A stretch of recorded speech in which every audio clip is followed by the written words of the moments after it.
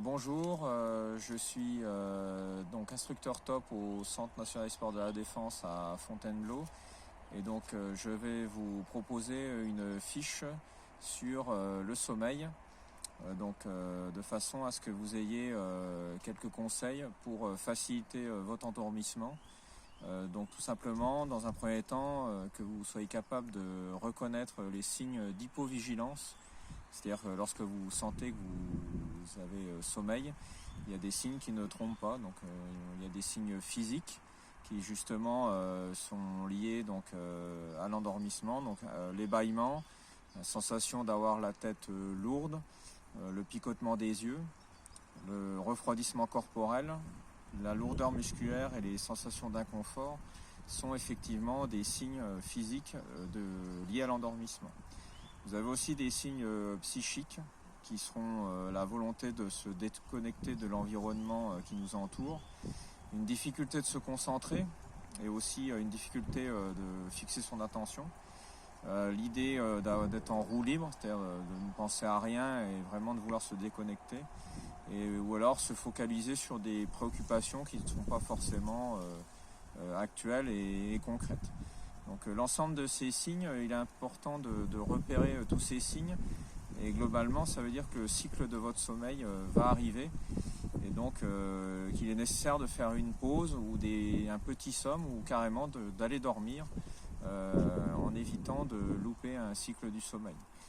Donc je vais vous donner aussi quelques règles pour l'hygiène du sommeil. Donc tout simplement, en cas de réveil nocturne, moi je vais vous proposer de faire des respirations relaxantes, comme vous avez pu voir dans d'autres vidéos qui sont sur le même site auquel vous avez accès.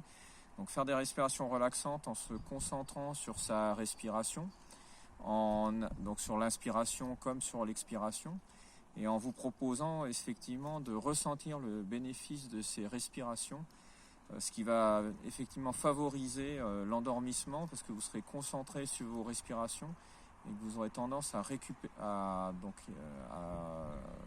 oublier vos préoccupations actuelles et concrètes.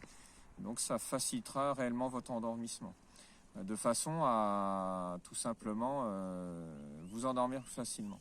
Le deuxième chose effectivement, c'est effectivement faire des relaxations et des respirations relaxantes pour attendre le prochain cycle du sommeil. Donc aussi le but c'est de créer aussi des conditions favorables à un sommeil de qualité. Donc pour ce faire, favoriser une isolation sensorielle, donc éviter qu'il y ait trop de bruit autour de vous, éviter une pratique sportive surtout tardive 4 heures avant de vous endormir. Se détendre avant de se coucher, alors via la musique, via quelque chose qui vous permet d'être au calme et de vous relaxer. Avoir une alimentation saine, équilibrée, éviter tout ce qui va être trop gras, trop sucré. Et éviter l'automédication avec effectivement des médicaments qui aident à l'endormissement. Ensuite, le dernier point, ça sera sur la favorisation de la synchronisation et de la vigilance diurne. Tout simplement, respecter la veille jour-nuit et éviter de trop empiéter sur les activités nocturnes. Effectivement, c'est pas facile quand on travaille en hôpital, surtout quand on travaille de nuit. Mais effectivement, une fois qu'on a fini de travailler, c'est d'aller le plus rapidement possible se reposer ou au moins se mettre au calme.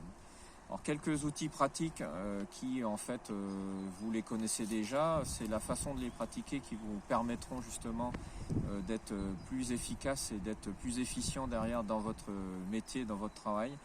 Donc la sieste longue, une sieste qui est un cycle de sommeil d'environ 1h30 en moyenne, voire maximum 2 heures.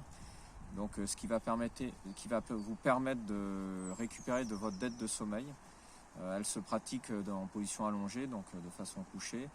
Elle vous permettra effectivement derrière d'avoir un réveil qui peut être un temps de latence qui va être plus difficile, environ 30 minutes pour vraiment être de nouveau opérationnel et être sur son niveau de vigilance maximale. Mais il faut bien savoir que si vous faites des siestes longues, c'est que vous avez un réel besoin de sommeil, que derrière vous aurez donc entamé le sommeil de la nuit suivante. Donc vous risquez sur le long terme une désynchronisation, c'est-à-dire à avoir un sommeil de moins bonne qualité sur les nuits suivantes, mais qui est nécessaire quand vous êtes fatigué et que vous êtes plus opérationnel dans votre poste.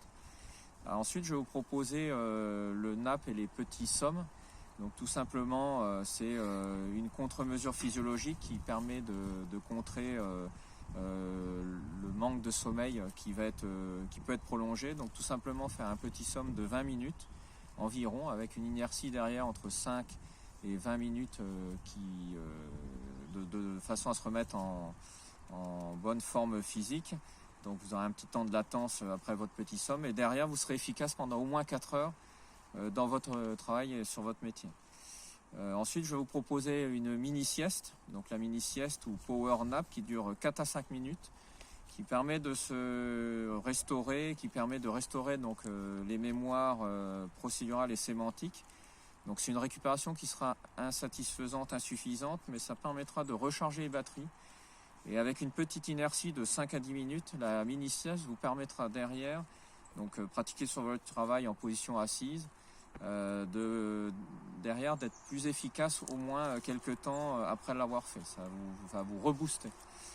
Ensuite, un autre élément, la pause redynamisante, donc d'une durée de 4 à 5 minutes au calme pour faciliter la récupération physique ou psychologique. Donc le but c'est d'éviter le coup de barre quand vous avez quelque chose d'important à faire. Vous faites une pause redynamisante, vous installez dans un endroit calme qui vous permettra tout simplement de vous remobiliser, de faire des respirations relaxantes comme vous avez pu voir sur les vidéos qu'on vous propose sur la respiration relaxante lors de quelques minutes, et lors des dernières minutes faire des respirations dynamisantes de façon à vous réactiver et être derrière dans un état de vigilance optimal. Et ensuite, la dernière technique que je vous propose, c'est-à-dire le dernier outil, c'est la sieste caféinée. Donc la sieste caféinée, ce qui permet donc en absorbant un café ou 2 thés d'environ 100 mg, qui correspond à une tasse de café ou 2 tasses de thé. Ensuite, vous vous mettez en position de sieste et au bout de 30 minutes, vous allez avoir entre 20 et 30 minutes les effets du café additionnés avec la sieste que vous aurez réalisée. Vous aurez les effets des deux, donc vous avez la récupération de la sieste et les effets de la caféine qui vous permettront d'être redynamisé et dans un laps de temps assez court d'être de nouveau opérationnel. Donc voilà pour l'ensemble des petits conseils que je pouvais vous donner sur cette fiche sommeil. Quoi qu'il arrive, je vous propose aussi de vous rapprocher des moniteurs top, soit de votre unité ou soit de ceux qui seront mis en place dans le cadre de la mission résilience très rapidement. Et dans tous les cas, je vous souhaite bon courage et je suis donc de tout cœur avec vous. Merci de votre attention et à bientôt.